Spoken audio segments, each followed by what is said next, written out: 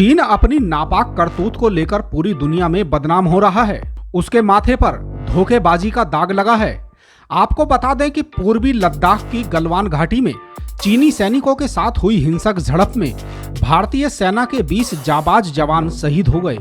यह संघर्ष आमने सामने का था, लेकिन हमारे जवानों ने हार नहीं मानी। आपको बता दें कि रिपोर्ट्स के अनुसार पूर्वी लद्दाख में भारत और चीन की सीमा यानी लाइन ऑफ एक्चुअल कंट्रोल है। चीन ने पहली बार गलवान घाटी पर दावा किया। 1962 के युद्ध के बाद से गलवान घाटी पर उसने कभी घुसपैठ नहीं की थी। यह इलाका सामरिक नजरिए से बेहद खास है।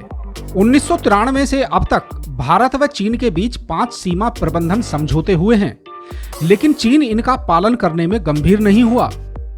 चीन पर धोखेबाजी का दाग इसलिए भी गहरा गया क्योंकि दोनों देशों के सैन्य अधिकारी तनाव कम करने की कोशिशें कर रहे थे, लेकिन चीन ने समझौते को नजरअंदाज कर दिया। इससे भी बड़ी बात यह है कि इतनी बड़ी घटना के बाद भी घंटों तक चीन ने कोई आधिकारिक बयान जारी नहीं किया। हालांकि बाद में कहा कि भारत संवाद के रास्ते पर आगे बढ़े और वह विवाद नहीं चाहता। भारत और चीन की विवादित सीमा पर पहली बार इस तरह की घटना से पूरे देश में गम और गुस्से की लहर दौड़ गई।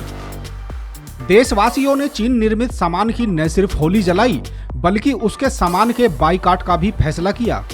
चीन के सामान कितने चालू होते हैं यह सभी जानते हैं। वैसे भारत चीन को इतनी बड़ी चोट देने में सक्षम है कि उसके लिए उभरना भी मुश्किल हो जाएगा। तनाव के बाद भारतीय रेलवे ने एक चीनी कंपनी को दिया जाने वाला ईस्टर्न फ्रेट कॉरिडोर प्रोजेक्ट का 471 करोड़ रुपए का ठेका ही रद्द कर दिया। इस पर भारतीयों ने खुशी का इजहार किया। तनाव के चलते ही चीनी मोबाइल कंपनी ओप्पो को भारत में अपनी ऑनलाइन लॉन्चिंग कार्यक्रम का प्रोग्राम भी रद्द करना पड़ा। लोगों ने बॉलीवुड के सितारों से भी चीनी सामान का विज्ञापन न करने की अपील की। मांग यह भी है कि चीनी कंपनियों को भारतीय प्रोजेक्ट्स के ठेके न दिए जाएं। आपको बता दें कि चीन भारत में मशीनरी, टेलीकॉम उपकरण, इलेक्ट्रॉनिक उपकरण, बिजली से जुड़े उपकरण, केमिकल और खाद आदि बेचता है। इलेक्ट्रॉनिक सामान के मामले में चीन की हिस्सेदारी ज्यादा है और तकनीकी क्षेत्र में उसका कब्जा है। चीन ने भारत में 6 अरब से भी ज्यादा का निवेश कर रखा है। 1 अरब की डॉलर वाली 18 स्टार्टअप कंपनियों में भी उसका मोटा निवेश है। करीब 100 चीनी कंपनियां भी यहां कारोबार कर रही हैं। उनके अपने दफ्तर हैं और कारखाने हैं। इन कंपनियों में 1.98 करोड़ रुपए का निवेश है। आंकड़ों की बात करें तो चीन का मोबाइल सेक्टर में 74%, टीवी में 54%, फार्मा एपीआई में 70% व सौर उपकरण बाजार में 90% कब्जा है। देसी कंपनियां कलपुर्जों के लिए चीन पर निर्भर हैं।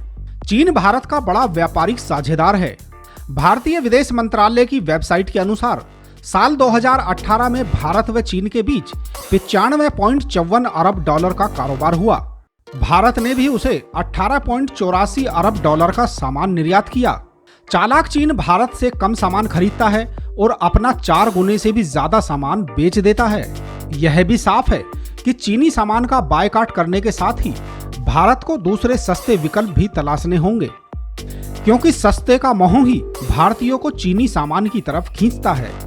लेकिन यह भी तय है कि यदि भारतीय ठान लें तो चीन की कमर ही टूट जाएगी।